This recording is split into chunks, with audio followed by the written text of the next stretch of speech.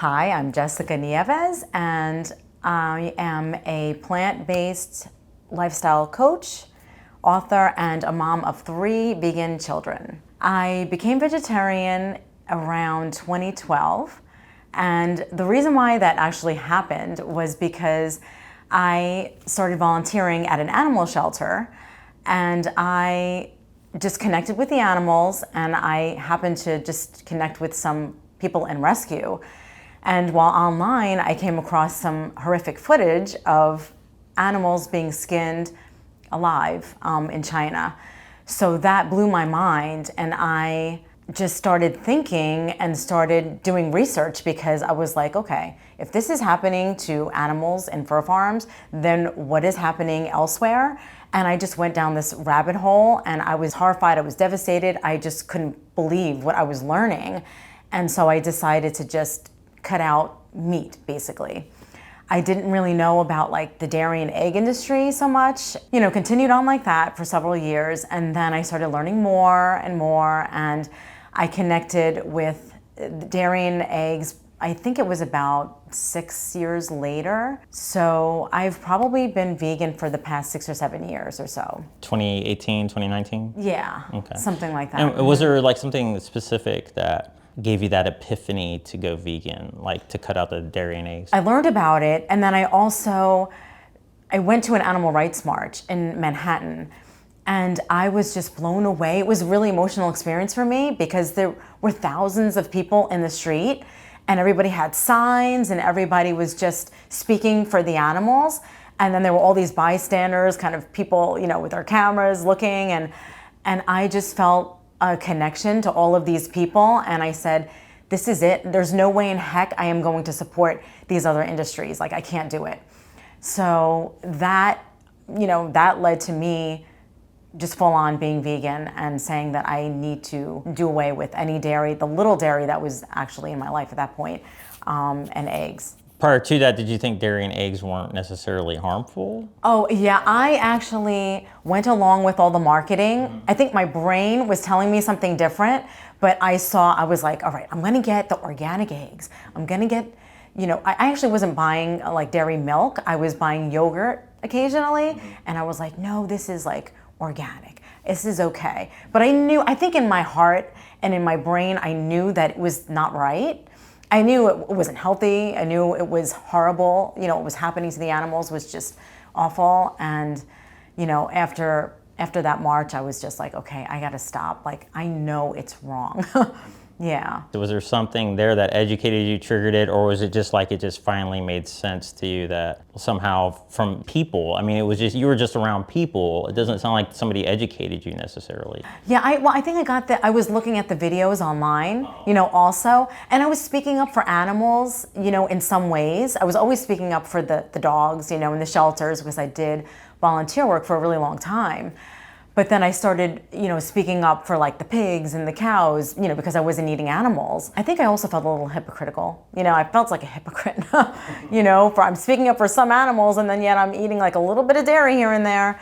And I just felt like, no, I need to just finish with this connection. I need to, do the right thing. And just being around all of those people who were just so strong in their convictions led me to just be full force on that, yeah.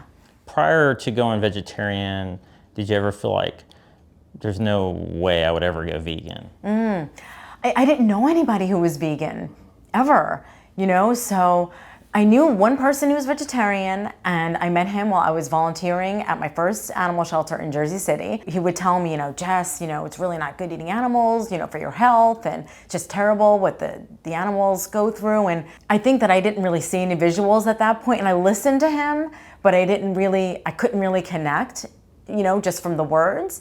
So I didn't really know anybody at all. So I didn't really have any way of forming connections. Although I do remember, like when I was young, I do remember seeing like a small snippet of like the news, and they were talking about mad cow disease at the time.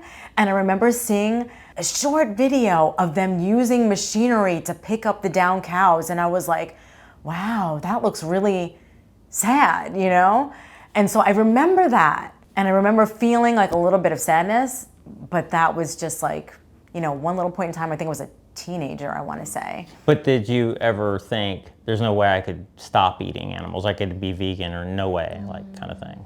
I don't know. It sounds like you didn't think about it because you didn't know any vegans. Right, yeah. I didn't really, no one ever like talks to me about it. So I don't think I ever had that even in my brain.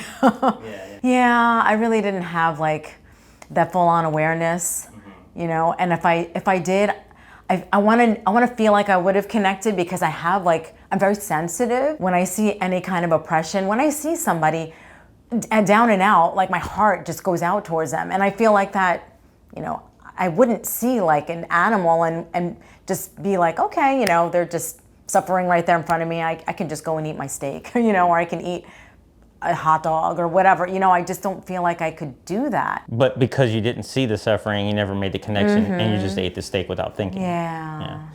So did you have any companion animals growing up? No, growing up, my dad had CNI dogs, because I grew up with blind parents. So my dad had CNI dogs, I think, from when I was like maybe a toddler, or maybe even before that. And those, seeing eye dogs are dogs that are working dogs, so you don't really necessarily connect with them in the same way. And my dad, he kind of didn't really want us like petting them a lot and interacting so much with them, because that was his, working dog. So I didn't really have that connection at all to animals. It wasn't until I was like 30 and I decided I wanted to care for someone. And then I got my Mocha, who was my soul pup, and that just... That was your first real companion animal? Yeah. Okay. Yeah. Okay. And then prior to going vegan, did you ever experience an animal dying or suffering? No. Other than what you saw on TV that one time? Yeah, no, yeah. I never saw anything like any animal suffering in any way or dying. So define veganism, like as concise as possible. Is it a diet, a philosophy, both? Oh yeah, no, to me, veganism is about the animals, 100% about the animals. It's like a mindset, a philosophy where you just want to abstain from the exploitation of animals, from supporting these industries that use them, that treat them like objects and commodities. They are just not that in any way. And I believe that, veganism just revolves around that. I feel that, the health aspect of it, I didn't really go towards that until later, and I feel that that's like a wonderful kind of byproduct, or side effect of being vegan. But veganism is about the animals primarily. Okay. Yeah. Yeah, so the ethics kind of anchor you in such a way that you endure the learning curve, because there's probably a learning curve, right? Oh yeah. There's so many different ways that animals are exploited, and it blows my mind, because I was, vegan. I felt like I was vegan, but then I didn't really know all about like the animal testing. And so I had to learn about that. And then I didn't know about, I knew about the circuses and all of that. I never even attended a circus, but I didn't know about like the zoos and so many other ways that animals are used, and treated like objects. I just had no idea. And so, yeah, through the years, I kind of tackled one aspect at a time, and I feel like at this point I'm pretty good, but, once in a while I come across a video and I'm like, oh my God, it just never ends, There's just so much use and so much horrific treatment of these poor animals.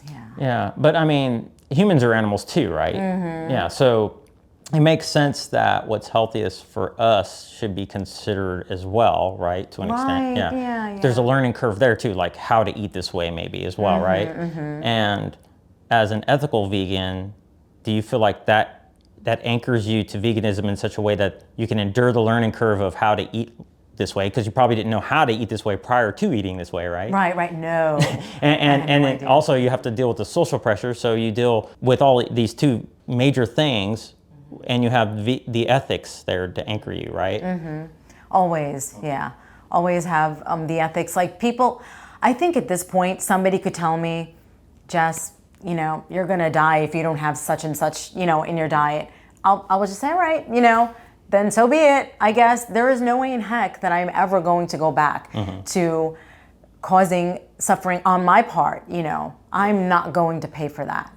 But you could probably find a supplement or something. Yeah. Oh, absolutely. All right, give me a pill. I'll take it. No, but there's no way. And then now you can benefit from the vegan advantage, because we do have a lot of advantages, right? Yes. Do you include humans in the equation of compassion? Yes, I do. I became a little bit of a misanthrope, and it's embarrassing to say in a way, but I've gone through a lot of stages through being vegan and being, like an activist and all of that. The unwillingness of people, not making this connection that animals are not here for us to use and to profit from and to exploit. I'm out there so much, and people who follow me have awareness, and it kind of really hurts me, that people I know and love and care about still support these industries. So I became, I guess kind of angry at some point, where I was just like, I don't get it, and I understand I wasn't always vegan, but once you are educated and once you understand what you're supporting, I feel like it's a moral obligation, to not support that, so now I'm just trying to, I guess, do things a little bit differently, approach things differently, and I do understand that it is not, just, okay, I get it, and here I go, I'm on my way to, being vegan. There's a lot of indoctrination and conditioning involved, so I am finding more compassion than I've had, in the past few years or more. Maybe meeting people where they're at a little better. Right. I am, and because I am getting really involved in the health, aspect of it too, I'm trying to, learn how to approach people, on that level. When is it okay to cheat, and has your view on this changed over time? Okay to cheat? Yeah. No. In my opinion, it is not okay to cheat. Just because, honestly, it's not a diet, Veganism is not a diet. It is not okay to go back on what is moral and ethical, because when you do that, you're supporting the suffering of these beings, and I don't believe that that's okay, ever. How often do you miss eating animals? Oh, never. Never ever. I can't even tell you. I actually improved my digestion, my whole well-being when I took animal products out of my diet. It was like night and day. I used to suffer a lot, and I didn't even realize it. Yeah. How important is diet? How important it is. I do believe that it is very important because, for many reasons, but you want to be your healthiest, best self. First of all, you want to live long, right? Especially if you have a family, if you have children, and if you connect with other people, you don't want to, be in a state of unhealth and, leave the people that you love and care about. And I believe that I have a lot that I'm fighting for, and I'm sure others, others do too. And I think that you have to focus on your well-being. I don't think that you have much without it. You don't. Like, you can be sitting here, not being able to function. That's not really going to do anything for you, for the animals, for your friends and family, your children. You got to be your best. And yeah, eating well, eating right is how you do that. Moving also. Yeah. And then we could teach others how to do this sustainably and in effect, save more animals. Yes, absolutely. Yeah. What kind of illnesses did you get going vegan? Going vegan? Yeah. None. That's a funny question. No. I improved. Okay, cool. Improved in many ways. What changed after going vegan physically, mentally, or emotionally, or in any other way?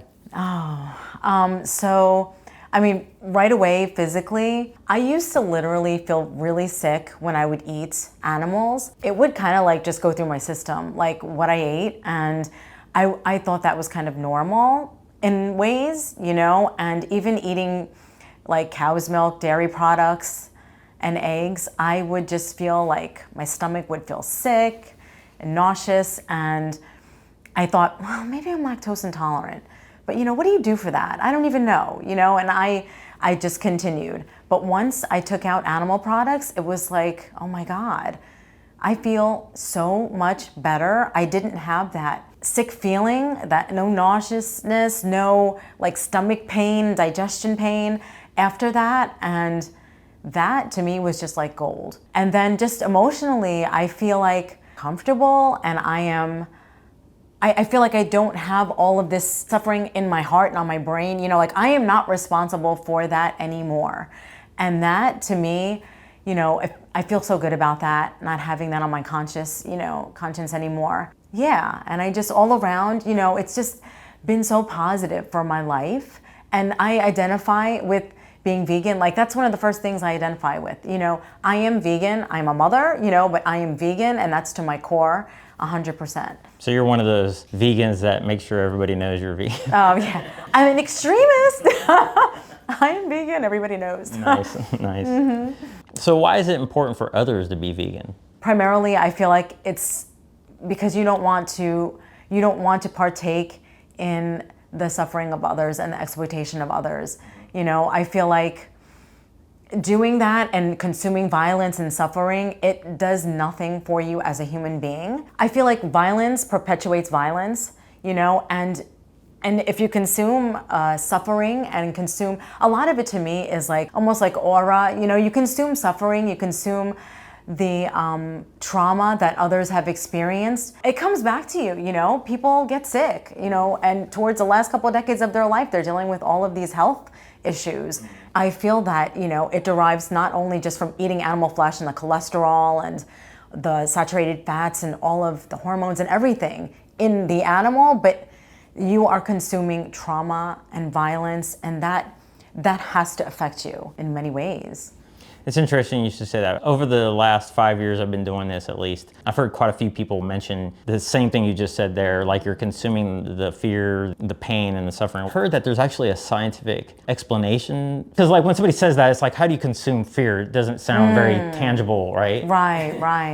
Like, maybe cortisol or arachidonic acid. I don't know, who knows? Right. But I do want to make maybe a compilation of people mentioning that at some point, and then... Isn't it like energy? I mean, you feel the energy that from one another, like when you're around other people, and you just feel like you're consuming. That's like energetic forces, almost like you're consuming that trauma and that pain and that torture and suffering. I mean, I don't know. That energy just becomes your energy in a way. That's just how I feel. Yeah. As far as energy, though, I mean, when something's dead, there's really no energy in it, right? Yeah. But the kind of energy it had up to that point of dying might have created something that's bad. Right. And as far as energy, like plants have energy in them, right? Yeah, that's life. Yeah, life-giving. Well, you can even explain that on a trophic level because they're producers of energy. And then herbivores are consumers of the producers of energy, right? So 90% of energy is lost each trophic level up. On average, plants have 64 times more antioxidants, which is energy. Energy is a valid thing to mention in a physical way. Animals eat animals though, right? So why does it even matter what we do? Oh my God. It's like the same. Yes, but we are not like carnivores, I mean, the lions out there, it's like they are in survival mode. They need to hunt their prey. We are not out there doing that. We have the local supermarket, we have so many other resources. Like I that really boggles my mind when people say these things, Yeah, we have a lot of ways to get what we need without, we don't go out there and hunt. No, that just doesn't happen. You can't, they are carnivores, they are real carnivores, they need to hunt their prey. We do not need to do that. We can go out there and shop, or we can grow our veggies and our fruits, and pick them from trees and from the dirt, and the soil. We don't need to, Yeah, and those valid. and those carnivores aren't forcing animals into existence. Yeah, exactly. Because it's unsustainable. And breeding, yes. Yeah. Billions. And the sustainability thing, the carnivore on a trophic level is there to create a sustainable ecosystem, whereas we are doing something that's so unsustainable, we have to force animals into existence. But what we're doing is obviously, it's not natural. Right, that's not like the life cycle. Like people talk about the cycle of life. Yeah. That is not it. Yeah. Like what these carnivores talk about. Yeah. No. And it's not doing them any favors either. And it's no. Do you think that people innately don't want to hurt animals? Yeah, I do. I think that people are naturally have heart, and have some compassion. And I feel that it's just kind of lost and it's also hidden, from them. So I do think that people, if they saw an animal suffering, regardless of the animal, I feel like their innate, reaction would be to help, not to just, harm them, continue harming them. So yes. What are common questions or responses you get when people find out you're vegan? Do you ever tiptoe around using the word vegan? Oh, me? No, I don't really tiptoe around it. I know that some people do because some say it's off-putting, but I don't really care about that because I feel that it's important for people, to know the word, to know what it's about. People have a lot of misconceptions.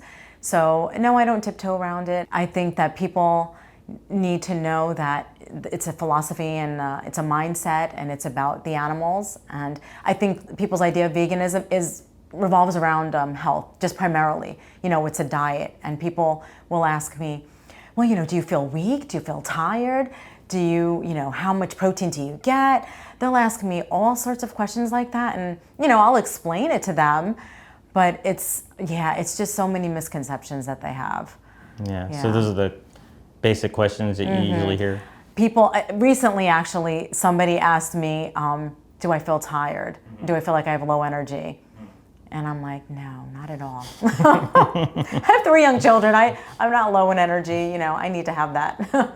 What might be some of the biggest things holding people back, you think, from going vegan? I think that people, in their minds, it's like a privilege because their focus is on like the plant-based alternatives. So they look at, say, Beyond Burgers and Impossible Burgers and say, oh, no, that's expensive. I can't afford that. When in reality, that's not, you don't have to eat those plant-based alternatives, So I think that the expense, what they deem as expensive, really holds a lot of people back. And them thinking that it's an inconvenience, that it's difficult. People think that, oh my God, you're gonna go to a restaurant, what are you gonna eat? Just navigating all of that. I think inconvenience and expense or privilege, what people think is a privilege. Yeah. The expense thing is totally wrong because it's actually less expensive to eat legumes, greens, grains, fruits, veggies. Yeah. But I can understand maybe there's again that learning curve.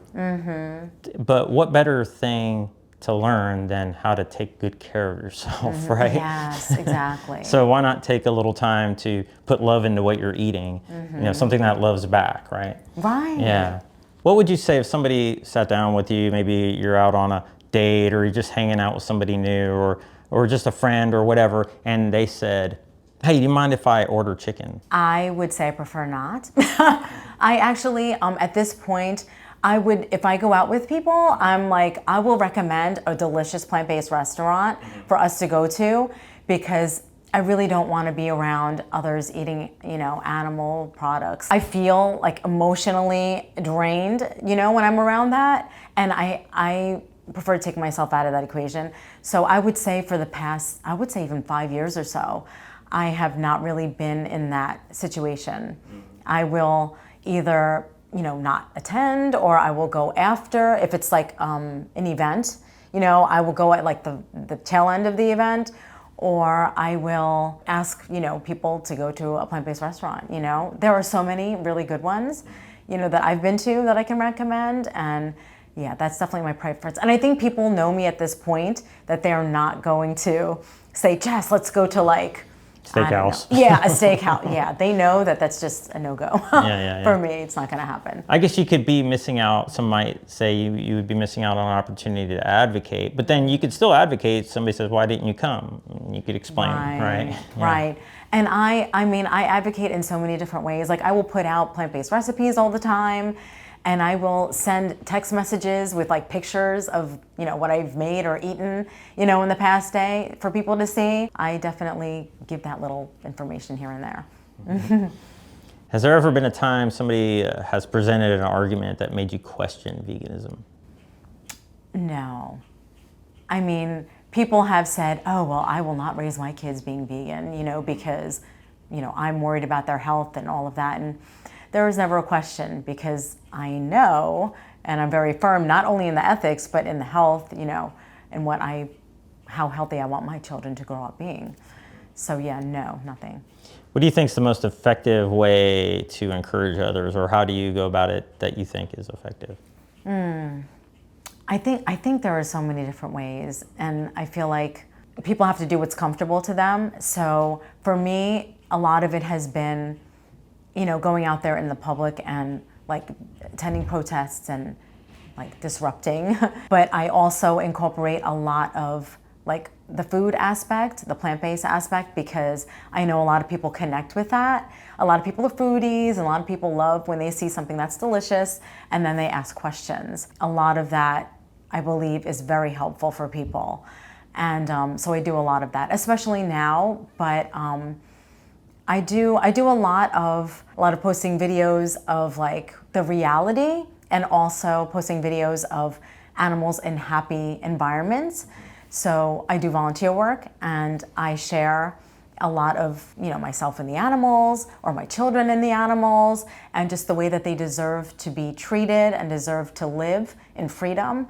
And then I will share, little snippets of the animals in the dairy industry and what they endure, or pigs and pig farms, mother pigs in gestation crates and all of that. So I do kind of a mix of everything. And I feel that doing that, you'll get somebody, or more than one person, kind of interested and, provoke their interest in some way and ask questions. Yeah. I feel like there's so many different ways. I can't really, there's not one for me. Has a stranger ever been aggressive towards you when they found out you're vegan? Oh, strangers have been aggressive with me. Or upset or whatever? Many, many, many, many times. I've kind of developed a thick skin at this point, because I've done a lot of outside activism. And when you are a voice for animals, people are very triggered. So I have been told to get a job. I've been told that I'm stupid. I've been told not doing anything to help, like go and speak for unborn babies. I've been told so many different things, and people have literally gotten in my face yelling at me. It's kind of almost emotionally abusive, but I've just grown to have a thick skin, and I know, what I'm doing is right, and I want to be a voice, and I'm not going to stop. So people can say whatever they want to me, that it's not going to, affect me in any way and stop me. And I get trolls all the time on social media, like calling me all kinds of names and, trying to be demeaning to me. And, I just kind of delete or block and, move on. Sometimes I'll leave them there just for the algorithm, to keep things going. Yeah. But I typically, or to educate others, like, this is how these people are thinking, and this is how I respond to that. Right. I do, I look for people who like ask me questions, and some people will try to debate with me, and I'm all for that. I love that, because I have the knowledge, and I know what's going on, and I can relay that to people. What kind of challenges have you had, and how did you overcome them? Well, at first it was just kind of learning all of the different aspects of animal use, and having to just be very conscious, and like I have apps on my phone, I do research, just having to do all of that. I've actually had to throw things away that I didn't realize, like vitamin D, cereal. I used to get vitamin D fortified cereal, and then I learned maybe in the past couple of years. The wool. Yeah. And then I was like, oh my God, I can't believe this, So, I've had to do it in the past, couple of years. So I think that, I'm still occasionally learning something. That and, mostly dealing with people in the public and it's almost like backlash, at you, having to deal with the different personalities and people wishing bad things to you because you want to be a voice. And then, with family and friends, it's changed my relationships a lot. I do not have close connections with people in my family anymore, because, people have seen me and started arguing with me, or they feel that it may be too pushy, or maybe just, I'm choosing veganism over them, or whatever the case is, which is not true. But I can't sit with you while you're going to be having a turkey in the middle of the table. Like, I can't do that, so, and I won't do it. Could you be with somebody who isn't vegan? In a relationship? No.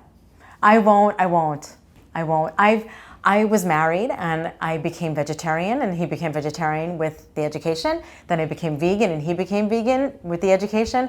But I'm not about to do that yet. You know, and I'm with somebody who's vegan. How many children do you have, and how many are vegan, and how many are vegan from conception? So I have 3 little ones, and I have 2 9-year-old twins, boy, girl, and I have a 7-year-old who is like 17 years old, but and they're all freaking amazing, and they're all vegan. They were vegan pretty much since the beginning.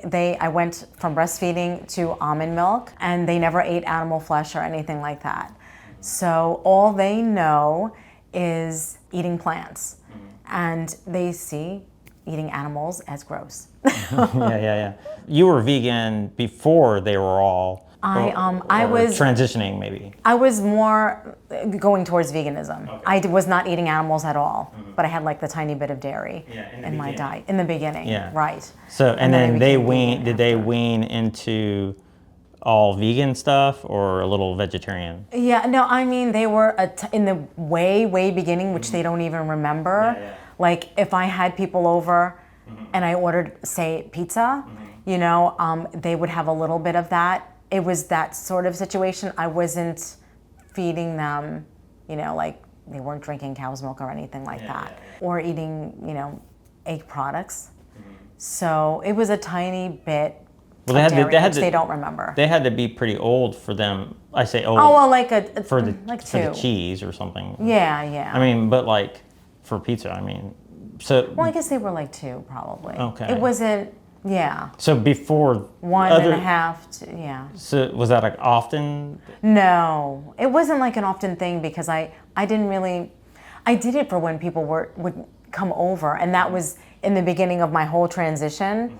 It's not anything I would ever do now, and it's not anything that I have done in like the past several years.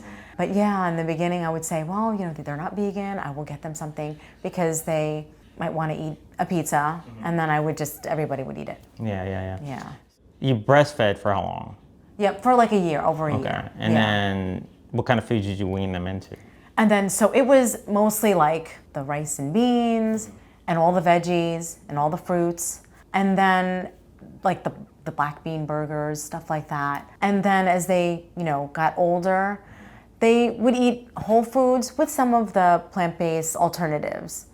You know, they do like some of the like morning sour nuggets, that type of stuff. They are around their friends and they, you know, their friends eat a certain way, which is the way they eat, you know, and my kids, I feel like they can eat almost similar foods, you know, more healthy, you know, and feel like they are not like outsiders, you know, and that they are kind of like, you know, belong with everybody and they're good.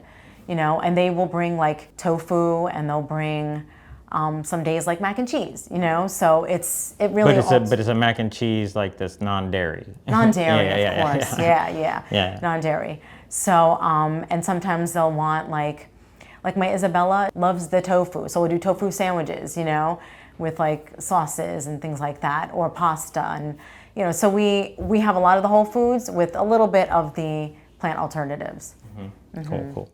Going back to pregnancy, was there anything you feel like you had to do different to be vegetarian as opposed to not being, you know, like just being a regular omnivore? Oh yeah, no, I like the doctor. I remember the doctor asking me early in my pregnancy, you know, well, actually stating you should stay away from fish, you should stay away from, you know, like the deli meats and all of that. And I was like, well, yeah, I don't eat animals anyway. So, and she was like, oh, that's great, you know.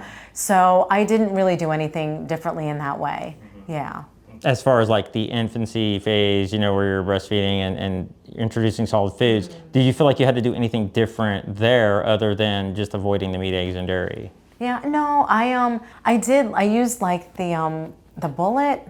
I forget what it's called, but especially with my twins, just because when I had my third one, it was a lot to juggle, and because I was working full time as well. I used the magic bullet, and I would make, you know, like the applesauce or the pear puree or the, you know, all the different purees I would do with the bullet. So I really enjoyed that, you know, before getting them on the more solid foods. Okay, so you didn't really, I mean, other than that, I mean, that's Yeah, not there really wasn't different. I mean, anything most different, people yeah. probably do something similar, right? Right. Yeah. So were any of these at-home births or all just kind of hospital births? Or Oh, they were hospital, yeah. has a doctor ever suggested that you should consider consuming animals, meat, eggs, or dairy? For myself.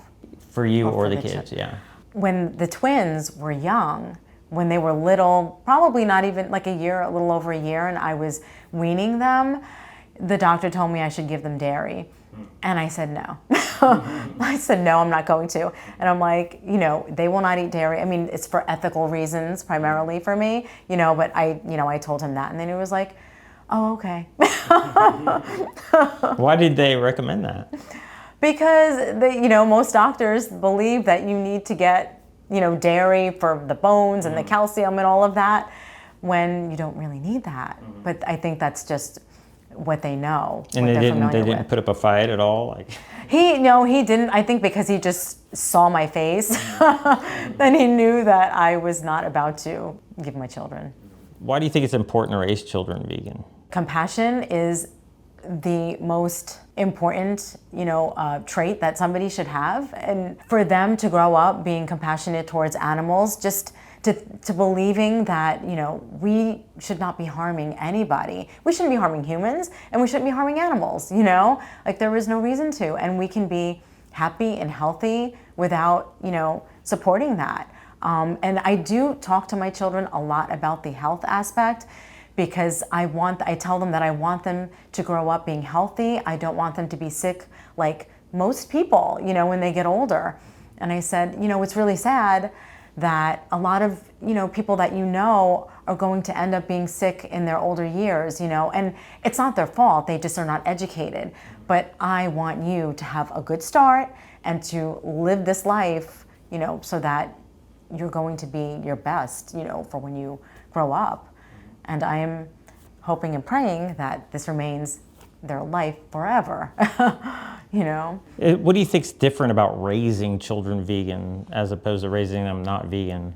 Well, I just think that because they're not, like the norm of society, so they are going to come across, and they have, come across children not only eating, differently, but, participating in different events, like going to petting zoos, or going to maybe circuses, that have animals, or just aquariums, just participating in different activities where animals are used in ways that we are against.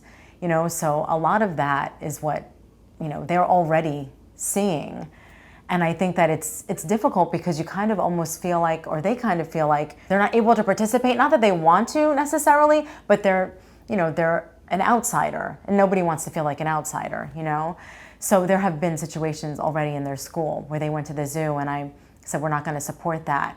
And they actually got upset in the beginning about it until we, had a discussion about the reasons why, and, and they are on board with it because it's sad to see animals in captivity, but I think it's just the belonging aspect of it. So I do make sure that we have vegan friends.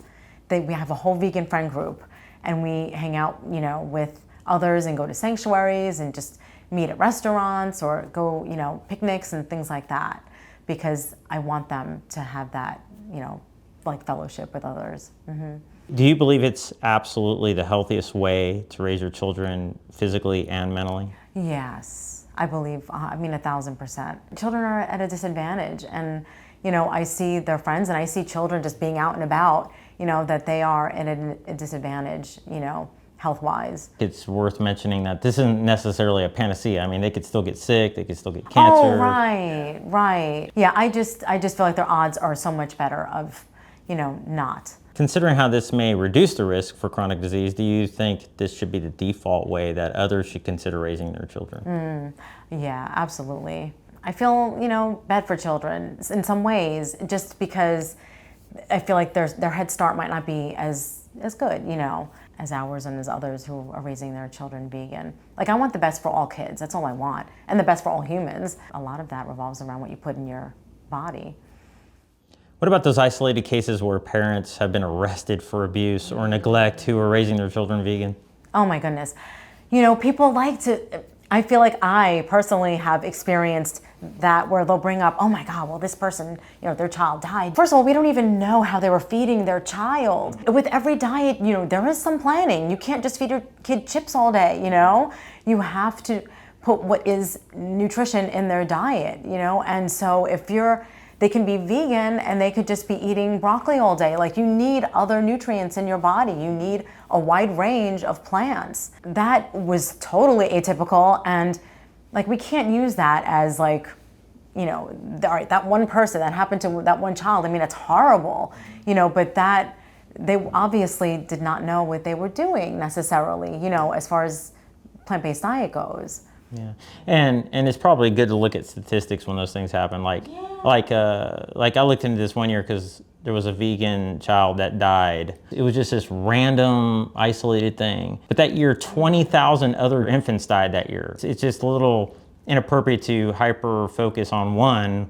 What about the other 20,000 that weren't vegan that died that year? I think there's like about 7.5 million kids annually that are being investigated for abuse. 550,000 that are known to be abused. And 5 children die every day in the US. How many times have we heard about a vegan case? Maybe once every 5 years or 10 years, right. Or maybe once every 20 years. Like, it's not that often. And, that's not like the norm. That's not happening. And it has nothing to do with veganism, right? Exactly. Yeah. So has anyone ever accused you of abuse? It sounds like they maybe have.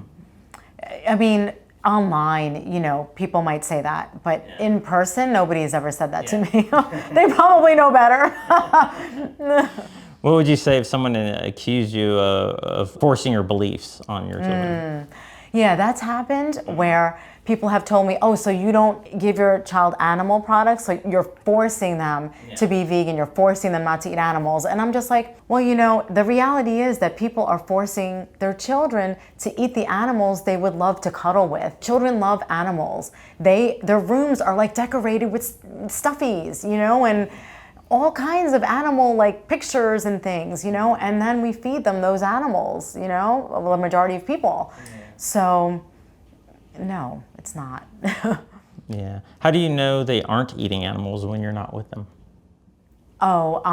Because I think that they believe that it's wrong. They believe that eating animals is just not the correct thing to do, that we shouldn't be, causing animals to die. Like, I literally have heard them, like, out of ear, like, away from me, ask, is this vegan? They know to ask, they'll make sure that something is, plant-based vegan before they even, attempt to eat it. Their teachers in school, they're all aware, the lunchroom is all aware. I pack their lunch, they're with myself or their dad, all of the time. They're pretty sheltered, just because they're young and don't know that I want them around a lot of people until, I feel confident that the people that they are going to be with, are wonderful humans. How would you respond to them eating animals, or someone who fed them animals or tried to? Yeah, I would be really upset and disappointed, because this is what we're about, and we talk about it. And I mean, that's one of my fears, that one day when they're older, influence from peers or something, might affect them. And right now, they will say it's disgusting. And it smells disgusting. Like, if we're walking around and someone's barbecuing, they'll say, oh my God, that smells so gross. They've never been at a table where like a chicken or a turkey is in their face, in the center of the table. So I think that at the moment, they would be like really disgusted. If they do in the future, it will break my heart. It will probably make me cry many rivers. Yeah. How do you deal with non-vegan relatives and friends? Yeah, so that's where, relationships have really changed a lot for me. I've had, cousins who have, kind of argued and debated with me and have said things that were not very nice, and I've decided to distance from them because, we really don't align at all. And so, yeah, I've had to distance. I've also had a couple of closer relationships that have distance as well. And I just, I'm trying to get them back a little bit because, I want that connection. but I do have to have some boundaries, and I will not be around certain, things, and I won't have my kids go to an aquarium with them or to the zoo with them. It's just not going to ever happen. And I'm not going to go to your barbecue. Maybe I'll come at like the tail end when you only have dessert. Fine, I'll deal with that.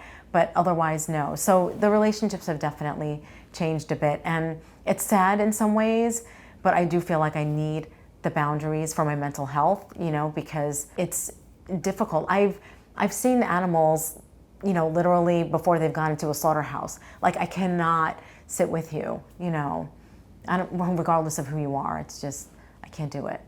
Mm-hmm. Liberation Pledge, right? Oh my God, yeah, the Liberation Pledge. What are important staple foods to feed a child throughout their development? So, fruits and veggies, a plethora of them all of the time. Like the plant proteins, the beans are really important. I'm Puerto Rican, so I grew up eating rice and beans, different kind of beans. That I think is really important for kids, for the protein and the fiber, all that good stuff. The tofu, soy is very beneficial, for everybody, but it's a good, source of protein. Also, the whole grains, my kids, they like rice. They like, we eat like the whole wheat breads. I try to, go away from the refined, the white stuff, like the breads. They don't really eat like the white breads and the pastas. They like a lot of that. I think a lot of that stuff is really helpful for you. The whole grains, the legumes, the plant proteins, fruits and veggies, nuts, very good. Mm-hmm. So legumes, greens? Yes, greens. That broccoli, my kids eat broccoli like a few times a week, at least. Yeah. And what about like romaine or, arugula? Yeah, salads, all of that. We love the salads. Kale, my kids, no, not the kale. I'm not a huge fan of kale myself. You can mix it in a smoothie and make it great. Yes. I've tried. My partner is very whole foods, so we cook all whole foods together, and kale has been a part of it, and I'm learning to like it a bit. Yeah. Saute if you it a little steam bit it and put a little, some tahini or something on it. Right. Yeah, with the sauces. Yeah. But my kids, they love the veggies, and they love the greens. So legumes, greens, grains, fruits, veggies, mushrooms. Mushrooms, yes. Especially my Isabella. I eat mushrooms almost on a daily basis, and when I make them, she always wants them. Cool. So the other two, I try, and they're not big fans of mushrooms. Not yet, maybe. Not yet, I know. I'm always like, you gotta keep trying. And the thing is, they'll go to my partners, where he has some food, they'll be like, all right, let me try it. I think sometimes, trying it at somebody else's place or at a restaurant even, they're more willing to be adventurous. So, yeah. Cool. And then mushrooms, nuts, and seeds, right? Yeah. Yeah, cool. And are there certain foods children need to eat more or less of that they necessarily don't need to eat as much of as an adult, or the other way around? Well, I think like the protein, right? Little ones especially need the protein. I know that as like a senior, protein is, you have to up that protein for older people, but also with children, little. Yeah, I hear stuff all over the place, and you never know. Like, it's one day it's more, one day too much is a problem. Yeah. You don't want too much because of the kidneys, right? But or even increased cancer risk. But right. But as far as like children, I've heard people say like nuts and seeds probably a little bit more because they're higher in calories and they got a smaller stomach. Right. Oh, right. And getting the fats and everything. Yeah. And avocados. And more calories too. Right. Maybe, I don't know what you did. But. We do like a lot of the healthy fats, like avocados. We love avocados. Cool. Nice. More specifically, maybe hone in on like some varieties of foods you feed your children to ensure they receive adequate nutrition. Like, so you've kind of hit on some things, but like describe an ideal day of eating and what types of food you try to get. Okay. All my children eat something different. So on like certain days, like in the morning, Christian might eat oatmeal. So, and then Isabella and Gabby might have cereal. I like certain cereals that are healthful, And then Isabella likes the soy milk in her cereal, but Gabby doesn't. So it's like all different, they're all different. So for breakfast, I will say like oatmeal, and I usually pile on a lot of fruit with that. They always get like maybe 2 or 3, like a little fruit salad with their oatmeal. Sometimes we'll do like whole wheat toast. And then for lunch, it depends. We might do like leftover, like rice and beans. Like this is what we had the other day, leftover rice and beans and a little bit of avocado. And I always add some fruit on the side. I add fruit with like every meal. They might have a snack in between. And sometimes we'll do like chips and salsa or pretzels and hummus. I'll try to give them like some veggies. And I usually do add a veggie even when they go to school, like carrots, some baby carrots, or bell peppers or cucumbers, something like that. And then at dinner time, so many different things. So it depends. Like we might do pasta and broccoli, add some tofu, or we might have some like what I call veggie chicken, which is the plant-based, chicken on the side, and some fruit. So it all depends. But I always add a fruit component, and even like during snack time, I'll let them know, right, we're not going to do like chips and salsa. We might do that, but if you want something else, it's going to be fruit, or it's going to be like a carrot sticks or something. And then like how much of all that is processed, would you say? Not a huge maybe they do like 80% of whole foods. Yeah, I try to get as much whole foods as possible. 20% being like cereal, and then those like mock chicken things. Yeah. They do some of the mock meat sometimes. And I'll do like, I try to make like sweet potato fries or roasted potatoes, stuff like that. The starchy vegetables I do include. What kind of supplements? We just do like a vegan multivitamin. That's it. I do that for myself, a women's vegan multivitamin, and it has a probiotic in it. And then for the kids, they get a children's vegan multi. I've heard some weird things about probiotics, like they might not be that good. Really? Yeah. I feel like it's in the multivitamin. Yeah. It's not like taken separately, and it really works for me. Huh. Yeah, I like it. And the multivitamin, it's like a whole food multivitamin. Yeah. So, Dr. Spencer on Viva Longevity said some things, at least in respect to like if somebody takes antibiotics, you got to rebuild your microbiome, right? So they did a study where they froze their feces before they took the antibiotic. And then they had 3 groups of people after the antibiotic. The ones who had a fecal microbiota transplant from their frozen feces, and then another one that took a probiotic, and then another that didn't do anything. And the ones who did the fecal microbiota transplant, within a week they recovered. The ones who did nothing, within like 3 months or so, 3 to 6 months they recovered. And the ones who took the probiotics didn't even totally recover. Really? That's so interesting. Yeah. So Chris with Plant Chompers, formerly Plant Chompers, now Viva Longevity, he has an interview with that guy, and Chris claims it was one of his most intriguing interviews ever and favorite kind of videos, which says a lot because he has some great content, and he's going to do a part 2, no pun intended, like number 2, but on that, which I'm looking forward to, because it's my understanding that people who go on a carnivore diet, for example, may create an irreversible dysbiosis. And then imagine a mother who passes her microbiome onto her child, like a pregnant mother, like trying to go carnivore or something, like passing over that dysbiotic microbiome. That would be so tragic. And there's evidence that can actually happen. And then it's like, well, how did these Inuits get? Well, we're not metabolically naturally selected like an Inuit, and they don't have the best, lifespan, and it's such a genetically isolated thing. So, but anyway, that's so interesting. Yeah. So the probiotic thing, maybe what you're doing isn't that big of a deal because you have a healthy microbiome. Right. Yeah. So maybe I don't know.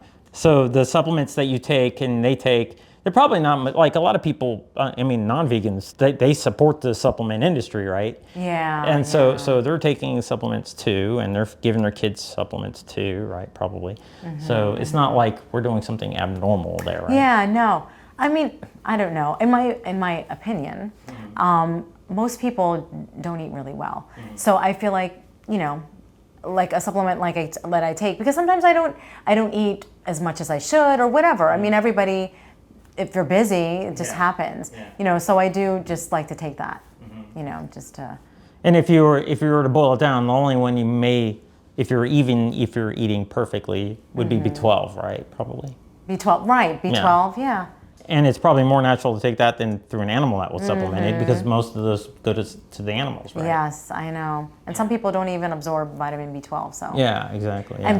And D also, vitamin D is another one that we have to make sure. Yeah, if we don't get enough sun, yeah. So what about in conversations with your kids? Like, what are some important conversations you have with them? Well, we talk about lots of stuff, but I will show them, different footages, I would say, not anything that's hardcore, of course, age-appropriate footages of animals, like in different situations. So, even recently, I showed them a video of like a mother cow, walking in the dairy industry, and how difficult it was for her to maneuver because her body is just so, like depleted and tired, and she has, her udders are just humongous, so I was, showing them, this is what happens to mother cows, and it's really sad. This is why we're vegan, and we're not going to eat, cow's milk or drink or eat anything that's dairy, because we don't want to do this to moms, and then the babies, they take away the baby, so they don't even get the milk,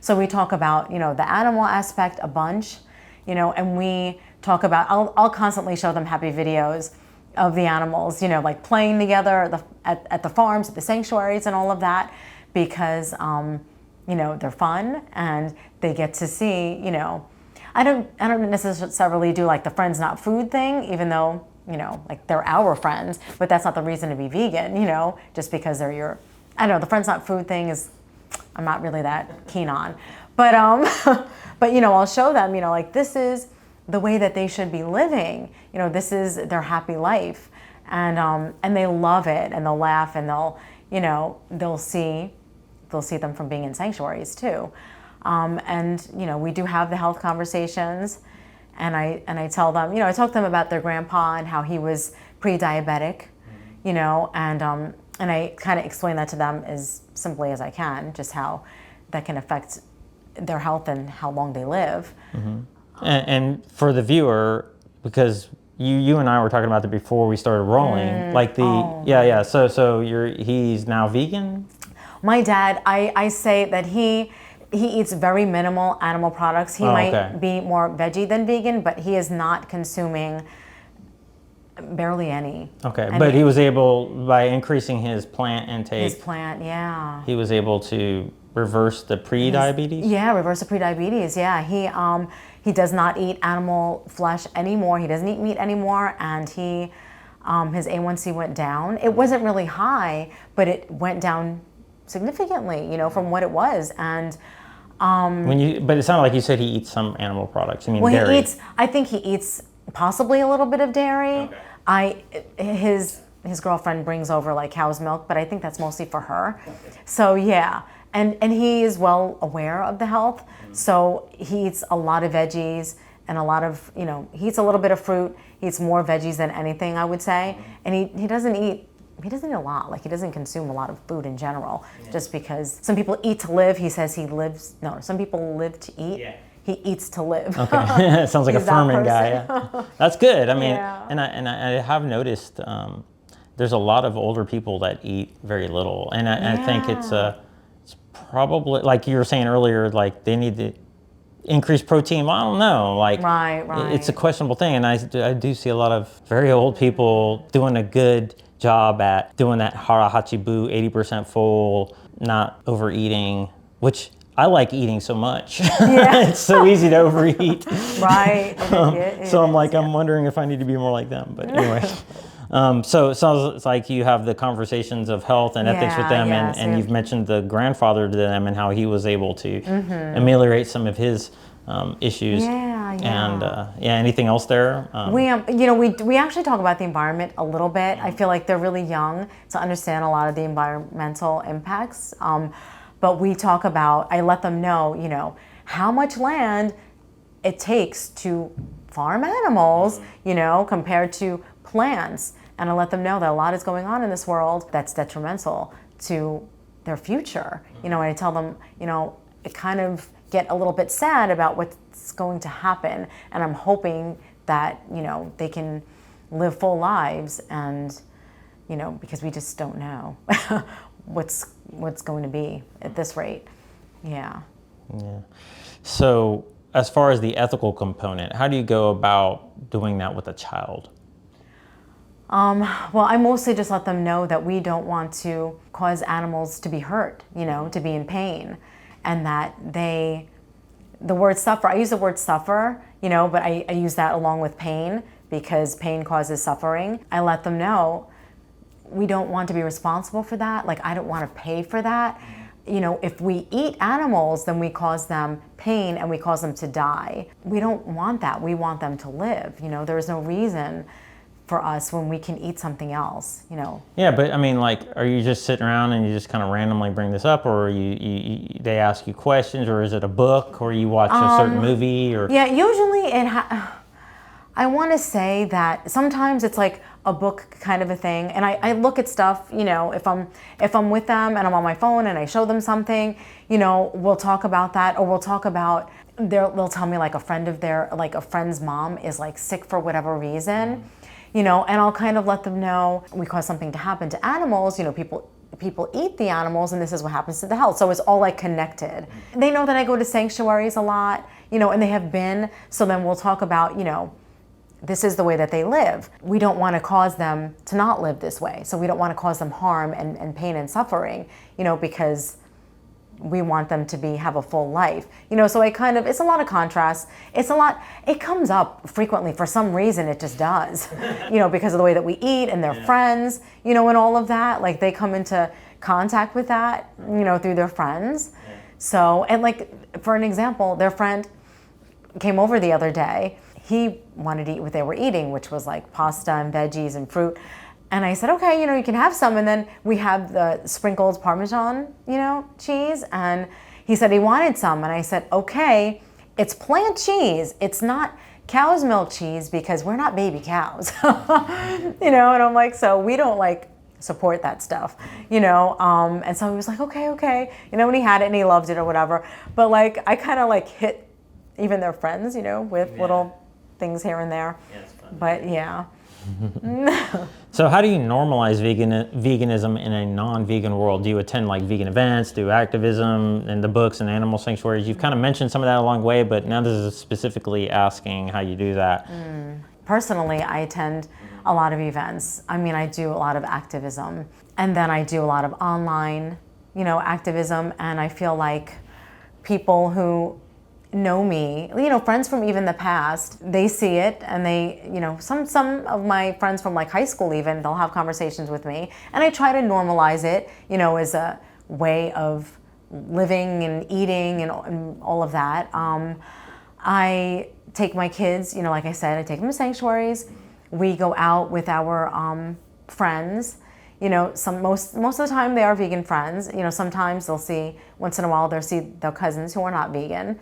But they are fully aware, and they'll have, options for them. You said you have a vegan group of friends too, right? Oh yeah, we have, I have like, it's called like a New Jersey parents, vegan parents and children's group. And so we try to get together to do, if it's volunteering, we usually do like a volunteering activity once a year, like in the summertime. And then we'll do like potlucks.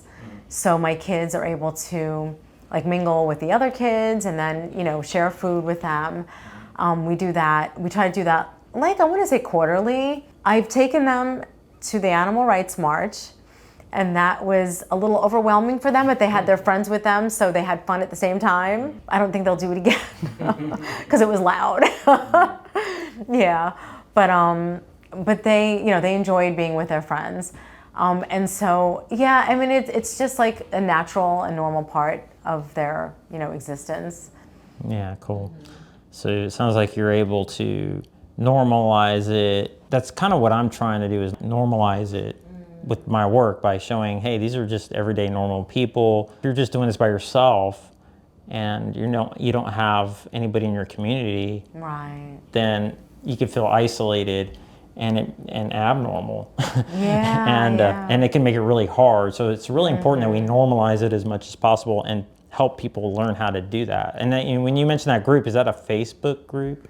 Yeah, it's a Facebook group, and I met them actually through my activism. Okay. So I do activism in different areas, and so that's where I met them. And so, like, being vegan requires a level of awareness that may be challenging and even depressing at times when, like when we're faced with opposition and criticism and indifference. So how do you help your children find healthy ways to endure this? I let them know that really it's just the right thing to do. I let them know what I experience. When I go to an event and I have people yelling at me, or somebody, is trolling me online or whatever it is, I kind of let them know about it, and I tell them, this is what happens to me when I try to be a voice sometimes. But I know it's the right thing to do. And I'm like, and so when people, at some point, people might say something to you and they might question you, and you just, you need to just let them know that I'm doing what I believe is right and I don't want to hurt animals. So, this is the way we live, and they haven't had any experiences thus far, and I'm happy about that. One of my children had somebody say something to her about her food, and I don't know if she was having tofu one day, but they said that it looks weird. So, and she told me that she didn't really say anything to her friend, but she told me that, and I spoke with the teacher, and the teacher, spoke with the child. Other than that, they really have not been confronted, with anything that was negative. I wonder if they've ever looked at somebody eating animals and felt bad about that, and how they might process that, or how you might help them process that. Oh, they've told me, like, such and such, was eating chicken and it smelled gross and it looks gross and I didn't want to look at it. I just wanted to focus on what I was doing, So they've told me that, and I've told them that it doesn't, because they're like, but they're my friends. I'm like, there's nothing wrong with them, like, they just don't know, like, they don't realize who they're eating, and it's just the way that they're growing up, and maybe one day they'll learn, maybe someday somebody will teach them, or maybe they'll even teach them, my kids will teach them, but they might learn. What kind of bonding activities do you engage in alternative to traditional ones, like fishing, for example, like vegan activities, or those that are not related to veganism but don't sacrifice ethics? Yeah, a lot of what we do, I guess, is I like live the simple life, so we play at the playground, and I will play with them, and my partner, he lives basically across the street from me. And so we'll go with his boys, and we'll all play together or go to the pool together. I take them to restaurants with one of my really good friends. We go to like Philly, or I've taken them to Manhattan. I've taken them to different parts of New Jersey, to try different restaurants, and they love it. Like, they're like little foodies. Like, they love, and they'll try, at restaurants, they'll be really adventurous. And that's one thing I think that's bonding, for us. Taking them to different parks, or like to the river, things like that. We don't really do anything that's, I guess, that out of the ordinary. I've taken them to like see hot air balloons. We went to a hot air balloon activity that was really fun and nice, and they really like had a blast. But that's not like typical. What is that? In New Jersey, they were having this like hot air balloon event. So they just had like all the hot air balloons. They had music. They had all these food trucks, which we were not really into. Did you actually get on one? But you could get on one. We didn't. We were there and we like saw them, but we ended up getting there a little bit later. So, but they also had like a show, like a laser light show, and that was fun. Yeah. So yeah, you just kind of hang out and do normal stuff. You just, as far as like fishing, because like if you live somewhere more rural, then fishing might be the only thing that you could think of to do with a kid. So I wonder in those situations what somebody might do. But it sounds like you have a lot of variety of options here to choose from. That, and fishing probably doesn't even come up on the radar. No, when we go to lakes, they've seen people fishing, and they're like, "Mommy, they're fishing."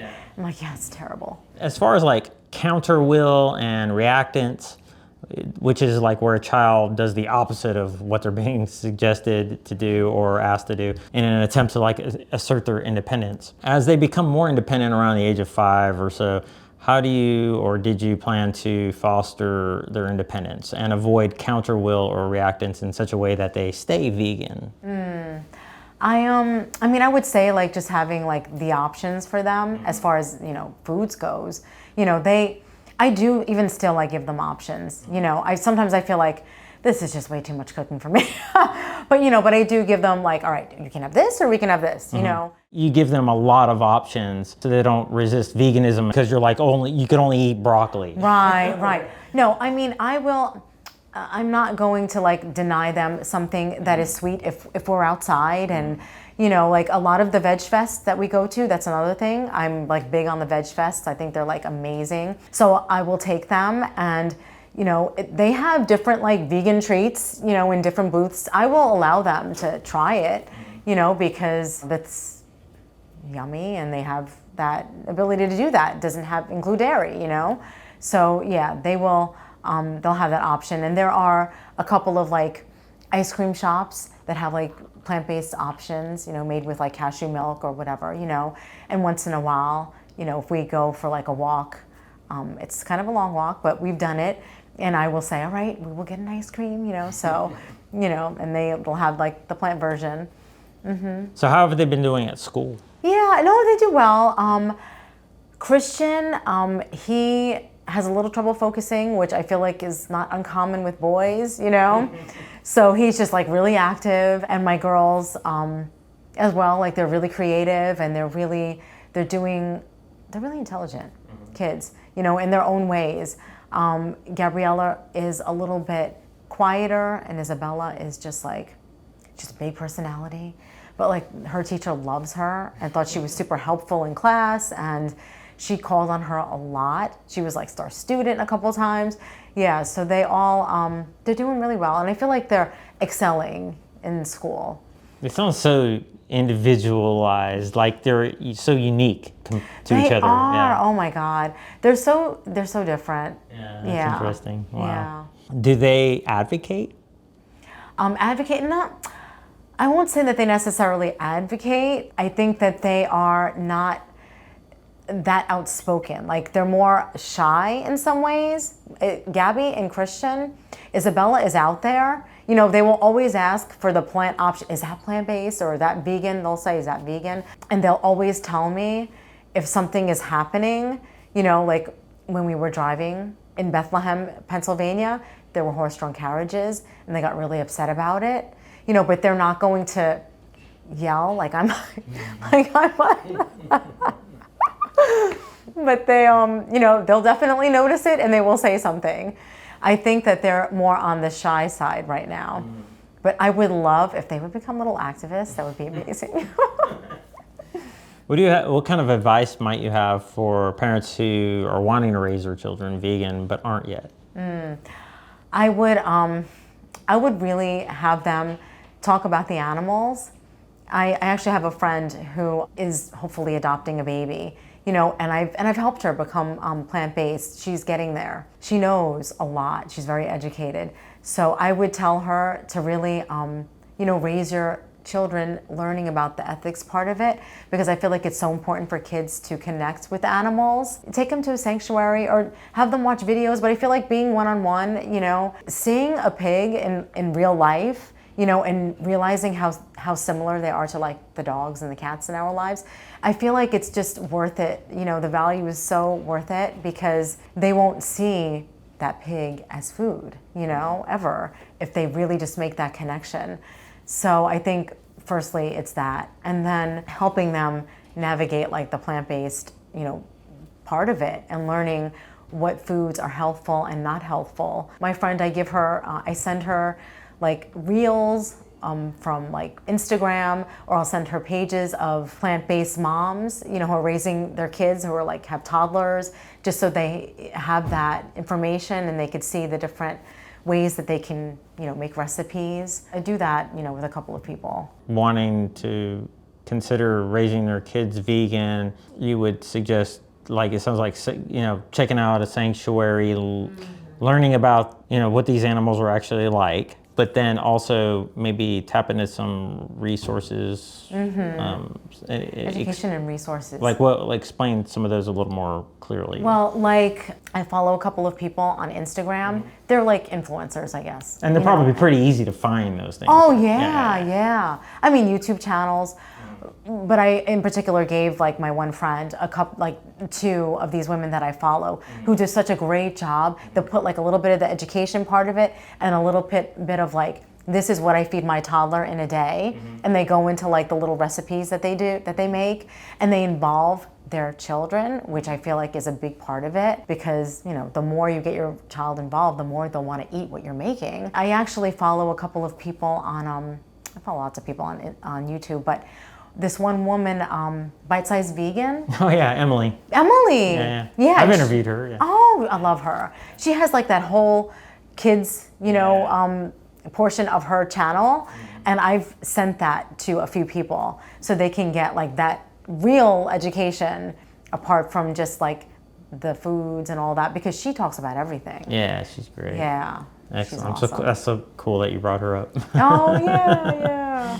You're like the third or her. fourth person that has. What about like children wanting to go vegan whose parents and household, that they live in aren't? Oh yeah. I feel like that's such a challenge. I'm friendly with a couple of teenagers on social media, who are in that situation.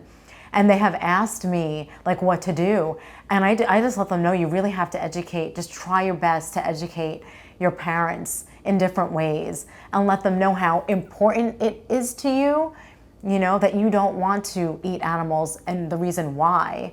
I don't know. I just hope that parents will be respectful of what their children wishes, because, forcing someone to do something that is so against what they want to do, I just feel like there's like, it's kind of wrong, in many ways. And they're not able to even have a voice, and assert themselves or show their decision-making skills and their independence at all.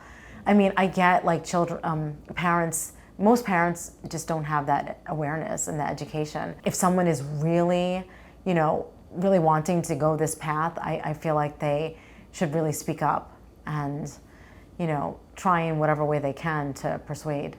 Yeah, or, I mean, but if it's a kid, how do you do that if your parents are...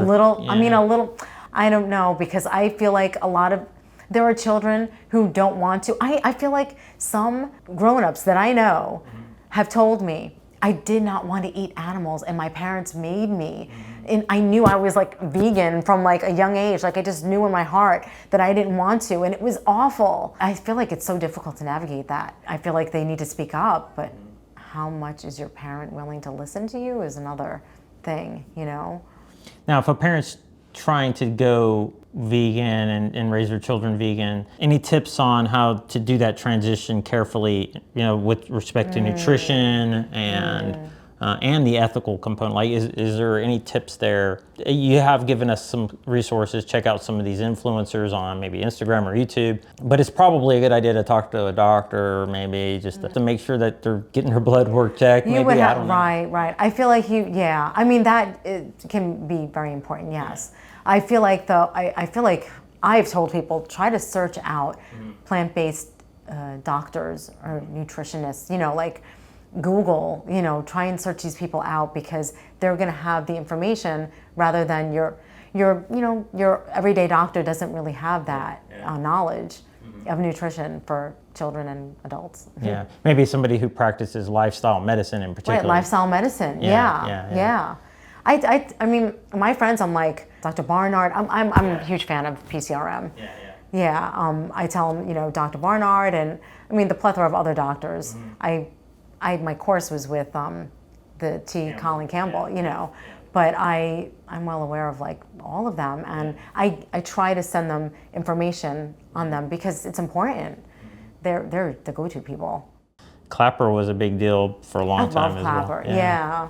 I mean, he did a lot with like the whole idea of raising children back in the 80s and 90s. Do you have any like regrets? I mean, everybody says the only regret is that, I didn't go vegan sooner. And I mean, seriously, if I had this information, I want to believe that I would have, back in the day. So yeah, I just wish that it really hurts my heart to even know that I was vegetarian as long as I was, because I shouldn't have been. But I guess that, most people have whatever journey it is that they have. And I just should have gotten there much sooner. Do you wish you would have been raised vegan? Oh yeah, oh my God. I wish my parents knew, I wish my parents had this awareness, but they grew up like every other, they're in their 70s. My mom is not even here anymore, but yeah, they grew up like everybody else. Veganism was not even thought of, I feel like, like a term necessarily that they would have known about. Yeah. Do you, how do you think your life might have been different if you were raised vegan? Oh my God. I don't know, I would have been more compassionate maybe in some ways. I don't know. I went through a lot when I was like a teenager and a young adult, and I didn't really care about a lot except for, how when you're young adult, you just are so self-focused, and I feel like maybe I would have been more compassionate, would have been more outwardly compassionate. If I grew up being vegan, yeah, I probably would have started my own rescue. What's a favorite quote that comes to mind that you think about or share with others or related to what we've been talking about? Well, I mean, my whole thing is to be the change you wish to see in the world. I have it tattooed on me. I just feel like, what's that? Where is it? It's either I think it's on this side. Oh, okay. Yeah. Okay. Cool. I think be the change, yeah. I just feel like we all want a peaceful world, and we all want, kindness for everybody, but you can't really attain that unless you think about everybody, and the animals are somebody. So if we want a peaceful world, we need to start with ourselves, and we can't be peaceful beings when we consume like violence and oppression and all of that. So yeah, be the change is my like motto. Is there anything about vegans that you wish they would change? Like in general, like that annoys you? Right? I mean, maybe one thing that annoys me is when, and I'm not saying that I go out and eat fast food or anything like that a lot or anything like that, but I do believe it's important to have options at these restaurants where the majority of people, visit. So sometimes when, like, I think when the Impossible Burger ended up at Burger King or whatever, a lot of vegans were like, no, we can't support that. I'm like, we need to have these options for people because they will never stop eating fast food. Yeah, that happened recently, just like a couple weeks ago with Denny's having plant-based pancakes now. Oh, right, I think I saw that. Yeah. I'm like, don't let perfection be the enemy of progress, yes, right? exactly. Yeah. We need it. We can't, everybody is not, like, there are not enough all plant-based restaurants, first of all. But second of all, like, the way society functions. If it's quick and it's easy and it's inexpensive or whatever, they're going to go there. So we need to have these options available for them. So that kind of irks me. I'm like, I'm not saying to eat it every day. I'm not saying, people, go to Burger King every day and get the Impossible Whopper or get whatever, but we need to have that availability to them because we have to make it more mainstream. We need to do it. And if we don't do it, then we're only like causing the animals harm, causing the movement harm, it's a necessity. I'm not gonna have that argument. I've seen it. I remember it with KFC when they had the nuggets and everybody was like, I'm like, we're causing this division amongst vegans for what reason? Like, I tried those things, and the first time I ate a couple, and then the second time I was like, I can't. Yeah. No, I get it. I was in a pinch, and I'm like, I couldn't even eat it. It was just yeah. I do not go there, but for those, who want to go there, like, take the plant version, please, Yeah. Do you think we'll ever see a vegan world, and how might we get there a little quicker, maybe? Yeah. I mean, I feel like if we do, that it's going to be forced upon people, and I feel like it won't be the ethics, and it probably won't even be the health. It will probably be the environmental aspect, because I just think that we can't sustainably live this way. It might be decades from now, a few decades, 2, 3 maybe, but I feel like we will get in that direction more so because of the climate situation. I don't know that it'll be in my lifetime. I feel like in my kids' lifetime maybe, you know, that they might see more of a vegan world. I don't think it'll ever be fully vegan because I don't think that people will get on board necessarily, the entire population, but maybe a good percentage of the population. I wonder if people could guess how old you are. Oh, All right, I don't know. How old is she? I'm asking the audience, how old are you?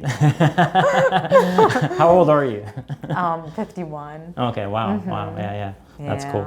So do you feel like you look as healthy as you would if you weren't vegan?